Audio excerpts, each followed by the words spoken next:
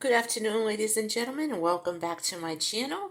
I'm wondering if anyone had tried to guess what I was making for tonight's dinner, and no one has even tried. Shame on all of you. Well, what I had cut up, I do have to cut it maybe a little bit smaller so that it cooks nicely. This is some roast pork tenderloin, and it was a very large roast, and I believe I got it on sale for $6.19, and it had to be about 5 or 6 pounds. I cut one part of it off, cut it up, and I put it in this bowl, and I'll tell you what I'm doing in a minute. And then I was able to can up the rest of the roast, and I'm just going to put that on the shelf. And let me tell you, I had to open up some potatoes the other day that I canned, along with a can of store-bought that I had green beans that I wanted to start using up.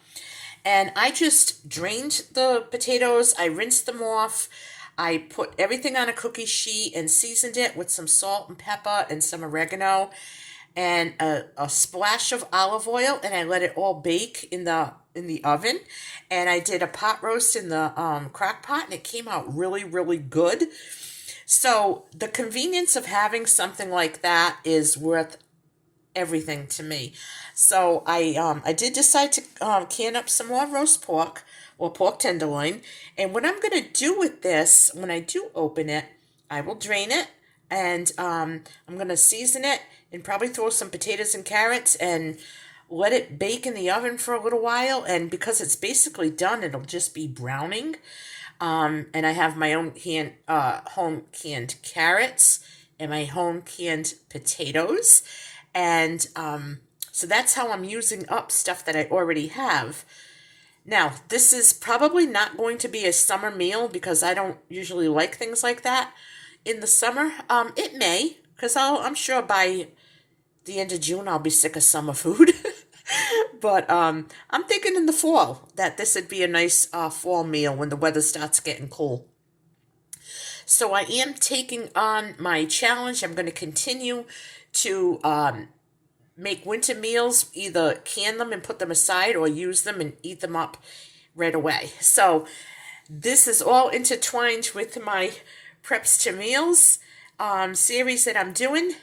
So this is what I'm doing for tonight. I seasoned the pork with a little bit of garlic powder, some powdered ginger, and a splash of soy sauce. And I just let it stay in the fridge. And I boiled some rice, so we're going to have some plain white rice with it. I do have a can of pineapple I want to use and some bean sprouts. I found some sweet and sour sauce. I found some cherries and an onion. This stuff is all on hand. The cherries and the sweet and sour sauce were opened and need to be used. The rest of the pineapple that I don't use for this will be used in the morning for breakfast or something, or, with oatmeal or whatever. The rest of the bean sprouts, I don't know. I don't know what I'm going to do with them. I may not use them at all because I usually use those when I make fried rice. And I'm not making fried rice tonight. And the reason is I don't want a lot of sodium. So maybe I'll use a little bit of bean sprouts in here, and I might make chow mein another night this week. Just vegetable chow mein with no meat for my meatless meal. So that's how I'm using up the pork. And I'll tell you, this is going to be 1 to 2 meals per quart, I can tell you right now. So for a $6.19 roast, I'm getting a minimum of 3 meals out of it. And I'm really happy about that. I did notice that in my freezer, I had a lot of vegetable scraps. So now I am making some scrappy broth. And I will can all this up and put that on the shelf also for the fall, or anytime I make pilaf, I like to use my own fresh broth. And vegetable broth is fine. It goes fine with it. Now, I'm not saying I never eat winter food or heavier meals in the summer, but I like to be out more, so I don't want to fuss as much. So even if I do have a winter meal or a bigger meat meal in the summer, at least it'll cut down on the cooking time and the heat and the, whatever. So Sundays, I still like to do a nice Sunday family dinner. So I don't have a problem doing that. And I could even just like roast the pork on a cookie sheet, like I said, in the oven, and maybe grill some vegetables outside. I mean, the opportunities are actually endless. It's just all a matter of preference and what we want.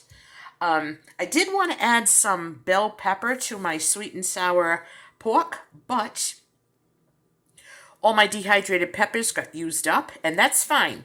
This is a From Preps to Meals series, making up my winter meals and putting them aside or using them, and I'm using what I have on hand. I'm going to live just fine without bell peppers in my sweet and sour pork tonight. I am going to forego any batter. I'm not making any batter, so it's not going to be battered or anything. The reason is I still can't find cornstarch, and that is one of the necessities for making a good batter if you want to make your sweet and sour pork or chicken. The other reason is it's healthier without the cornstarch, so I'm just going to like stir fry this a little bit and then toss everything together. I've got the rice boiled. I'll heat up the rice, and it's going to be white rice and sweet and sour pork. I'm definitely going to have to add another vegetable. So I'm going to look through and see what I've got. I've got tons, so I'm not worried about it. But we will have another vegetable with this. So it's a nice rounded out meal. I'm very proud of myself that I got back on here. I got back on my meal planning, back on my preps to meals, and I'm making videos again. And the break was way too long. It was too long of a hiatus for me. So I'm back, folks. I hope you found this video helpful. And if you like this video and you want to see more like them, all you have to do is hit subscribe. I love each and every one of you, and thank you for stopping by and watching, and I'll catch you on the next video.